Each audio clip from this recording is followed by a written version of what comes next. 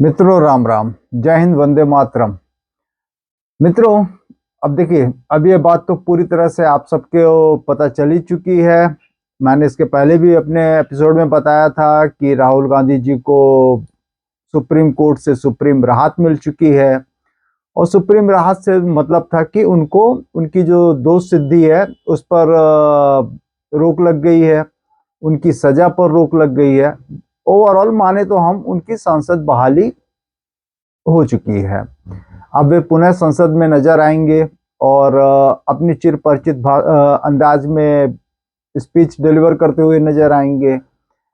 देखिए, यह सब जो पूरा एक घटनाक्रम हुआ, तो अगर हम थोड़ी देर के लिए who are the winners, who are the losers, ऐसे उसमें जाएं तो हम पाएंगे, तो देखिए साहब, इसमें ऐसा कुछ भी नहीं हुआ कि समवन वो इज ए लूजर और समवन इज ए विनर। कारण कारण ये कि देखिए, अब मैं बार बार कहता हूं कि आज सोशल मीडिया के जमाने में जब आदमी एक एक चीज के मतलब उसको परत दर परत जानकारी मिल जाती है कि अगर कुछ हुआ तो कैसे हुआ और क्यों हुआ, तो इस उसमें अगर कोई अपने आप को ये सोचे कि नहीं, हम इसको समहाउ ओवरलैप करके ये स्टोरी बता लेंगे, तो यह आज की डेट में मुझे बहुत संभावना क्षीण लगती है। फिर अब ये किसी की बाजीगरी हो कि वह उस चीज को हटाकर कुछ चीज और चीज प्रेजेंट कर दे कि यार what happened was because of this, it was all totally A political gimmick, जिसको जो बुरी तरह से फ्लॉप हुआ या फेल हुआ, जैसे भी। अब जैसे पवन खेड़ा साहब हैं, कांग्रेस के प्रवक्ता हैं, पदाधिकारी हैं, उन्होंने इसको, जो आज राहुल गांधी का, अब इसको आप ऐसे कह भी सकते हैं कि हाँ, एक्विटल जैसा हो गया। वो उनके कहने से तो यही झलक रहा था कि ऑलमोस्ट वे निर्दोष सिद्ध हो गए हैं और उनको एक वॉकओवर मिल गया है, वे क्लीन चिट पा गए हैं। खैर, वे कांग्रेस के युवराज के सेनानी हैं, तो उनको पूरा हक बनता है कि वे अपनी बात अपने नेता के पक्ष में जितनी दृढ़ता से रख सकते हैं रखें। तो उन्होंने कहा कि अब राहुल गांधी जी अपनी बाजीगरी दिखाएंगे। तो बाजीगरी वे कैसे दिखाएंगे? देखिए, बाजीगरी दिखाने का एक जो सबसे तगड़ा मेरे को जो समझ में आता है, वे अपने आईटी सेल को, कांग्रेस के आईटी सेल को इस ओर ध्यान केंद्रित करने के लिए कहें कि यह सब जो भी हुआ, वह जो 130 प्लस डेज की एब्सेंस थी उनकी पार्लियामेंट से, और उस डिसीजन के आने के बाद से, तो उसको वो कुछ इस प्रकार से मार्केट करे या पब्लिक में लेकर जाए कि it was a political conspiracy और एक राजनीतिक षड्यंत्र के तहत उनको सदन से बाहर किया गया था। और भी उसमें कुछ मसाला वे जोड़ना चाहें तो वे जोड़ सकते हैं। जैसे कि आज मैंने देखा ट्विटर पर कुछ एक वो पोस्टर लेकर खड़े हुए हैं सदन में कि मैं प्रश्न पूछता रहूंगा। तो इसी में कुछ वे फर्दर ऐड कर सकते हैं कि मोदी, अदानी, और शायद है कि फिर कुछ नया राफेल, या वैसे राफेल और चौकीदार को लेकर तो वे माफी मांग चुके थे।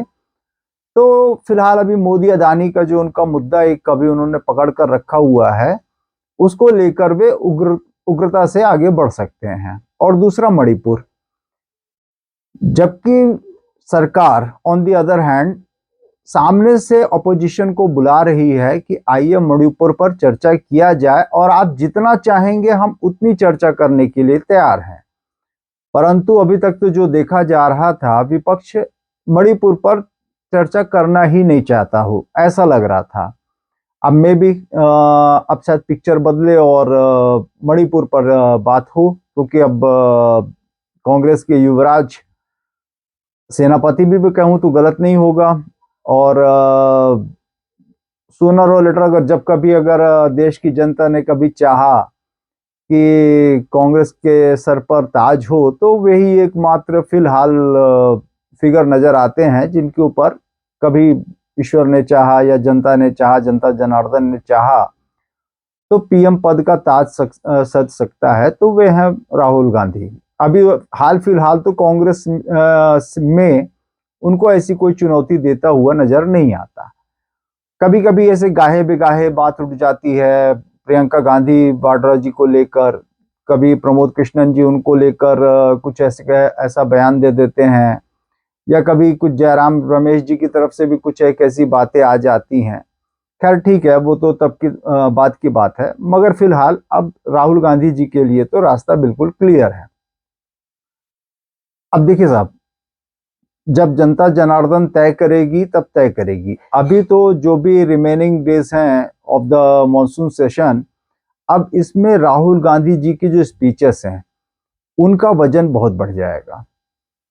और अभी नो कॉन्फिडेंस मोशन भी लेकर आए हैं, अब उसका भी वो जितना बोलेंगे आप इतना मान के चलिए कि वैसा ही रेसिप्रोकेशन आदरणीय प्रधानमंत्री मोदी जी की तरफ से भी आना है। अब यहां पर डेफिनेटली आई विल से कि in parliament it will be Rahul Gandhi versus Narendra Modi, और कौन भारी पड़ेगा यह तो हालांकि समय ही बताएगा। वैसे मोदी जी अगर अपने फॉर्म में आकर फिर बातें रखते हैं तो फिर उनके दाएं बाएं आजू बाजू ऊपर नीचे कोई नजर तो नहीं आता है, जैसा कि अभी तक का ट्रैक रिकॉर्ड है। ठीक है, पहले तो मणिपुर पर चर्चा होने दें, फिर मणिपुर में जब की चर्चा शुरू होगी तो फिर बाकी स्टेट्स का की भी बातें आएंगी। फिर वह चाहे पश्चिम बंगाल हो, राजस्थान हो, राजस्थान में अभी भी खबर सुनने में आई कि सुनने में क्या आई, वो शायद अलवर की या कहीं की घटना है कि 14 साल की बच्ची का जिस प्रकार से नृशंस हत्या की कर दी गई और उसे भट्टी में फेंक दिया गया, और शायद है कि उसके पहले रेप भी किया गया उसके साथ।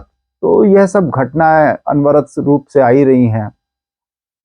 फिर छत्तीसगढ़ में वह जब नग्न युवक विधानसभा की ओर दौड़े थे, वह भी घटना आएगी। उसके अलावा अन्य जगह की भी बातें आएंगी। तो इसमें कोई बुराई नहीं है कि सिर्फ एक प्रदेश पर केंद्रित होने की अपेक्षा पूरे देश पर ही चर्चा की जाए। और जब पूरे देश पर चर्चा होगी तो बट ऑब्वियस है कि फिर upper hand will be of BJP. आप ऐसा भी मान लीजिए कि नरेंद्र मोदी जी। चलिए साहब, यहां तक भी ठीक है। अब इसके बाद एक बात आ जाती है, जो ये विपक्ष का गठबंधन है dot dot dot dot dot, तो अब चूंकि नाम ही उन्होंने ऐसे रखा है कि उसमें सिवाय डॉट डॉट डॉट डॉट करने के कुछ बनता नहीं। क्योंकि देखिए, आम मानस, आम व्यक्ति उसको भारत से या इंडिया से तो संबोधित करने से रहा, क्योंकि उन वहां 26 दल कैसे मिलकर एक भारत बना सकते हैं। एक 1.4 बिलियन पीपल मेक्स इंडिया और भारत। तो खैर, अब यहां पर हम बात करें तो देखिए, राहुल गांधी जी के आने से इतना तो पक्का है कि एक जो निस्तेज हो चला था, मेरी अपनी व्यक्तिगत नजर में यह जो विपक्षी गठबंधन है के तेज में थोड़ी कमी तो आई थी।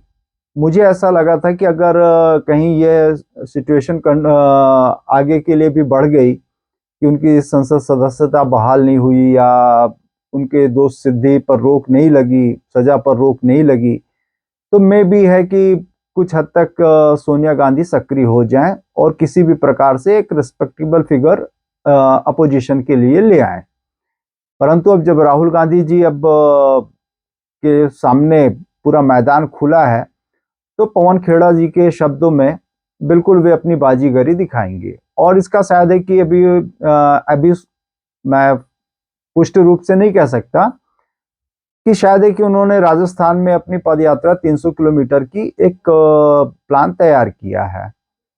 बेशक फिर भी उनको जोधपुर भी जाना चाहिए, जहां पर वह विभत्स हत्याकांड हुआ था, और साथ में और भी कई सारे ऐसी जगहें हैं जहां पर शायद है कि गहलोत साहब स्वयं लेकर जाएं, या मे बी है कि लेकर ना भी जाएं। तो परंतु इतना अवश्य है कि राहुल गांधी जी की पदयात्रा से राजस्थान का जो वोटर है वह कुछ हद तक प्रभावित होगा। और एक जो परिपाटी है राजस्थान की कि एक बार बीजेपी तो दूसरी बार कांग्रेस, एक बार कांग्रेस तो फिर बीजेपी, मतलब अल्टरनेट वो चांस जो देते रहते हैं, मे भी है कि शायद परिपाटी तोड़ने में अगर राहुल गांधी जी सफल होते हैं तो फिर निश्चित रूप से मानना चाहिए कि राहुल गांधी जी बाजीगर सिद्ध हुए।